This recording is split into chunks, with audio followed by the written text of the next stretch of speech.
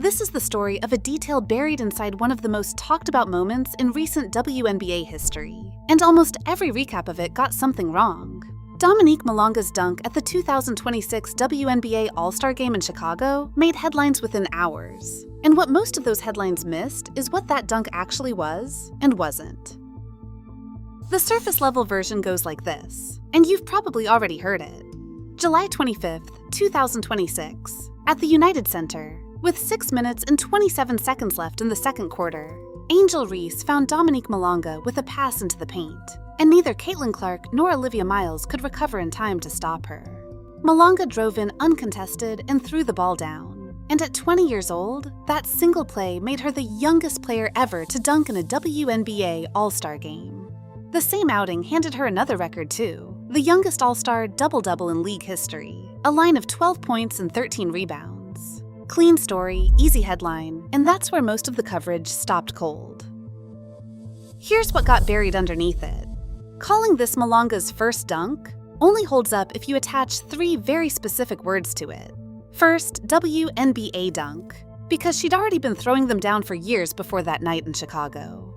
16 years old and playing in France back in October of 2022 is when she first went viral for it, and the highlight reel kept growing from there. A Euro Cup women's game for her club Asvel in October of 2024, a dunk for the French national team in March of 2026, and another one that same year in Unrivaled, the 3-on-3 league she plays during the WNBA offseason. What nobody's headline made clear was that Chicago wasn't a first for Malonga the athlete. It was a first for Malonga in a WNBA jersey in a WNBA game, and that distinction barely made it into print. A second detail got flattened just as badly. And it comes down to what youngest player to dunk actually means here. Casual coverage treated this like Malonga had joined the full list of every player who's ever dunked in a WNBA game, and that list is real. It starts with Lisa Leslie back in July of 2002, with Brittany Griner currently sitting on top of it at 27 career dunks. But that's not the list Malonga joined in Chicago. The All-Star Game dunk list runs much smaller and much rarer, simply because the chances to even attempt one come around once a year, inside a single exhibition game. Blurring those two lists together made the moment sound bigger in one direction and smaller in another, and almost nobody bothered to pull them apart. Then there's the piece that carried the most weight, and somehow it's the piece that got skipped over the most. Sylvia Fowles was the last player to dunk in a WNBA All-Star Game before Malonga, and she did it back in 2022, in what turned out to be her final All-Star appearance, the same season she'd announced would be her last in the league.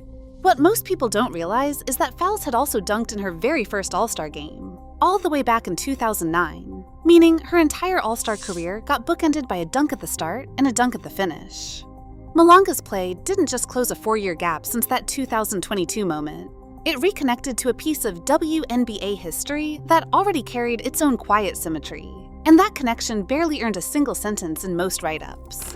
None of this makes the viral version false exactly, it just makes it incomplete, and incomplete in a way that erased almost everything interesting about the story.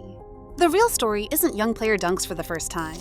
The real story is a player who'd already proven she could dunk in France, in Euro Cup play, for her national team, and in Unrivaled, walking into her sport's biggest domestic showcase still sitting at 0 WNBA dunks through 63 regular season games. Then, in the one setting rare enough to also crown her the youngest person ever to do it there, she closed that gap on the exact stage where Sylvia Fowles had left her own mark 4 years earlier. That's a far more layered story than a rookie throwing down a dunk, and it's the version almost nobody told. That's the piece Chicago's night actually held. Once you pull it apart from the highlight clip, not a missed opportunity, but a missed layer sitting in plain sight inside a story everyone thought they already knew.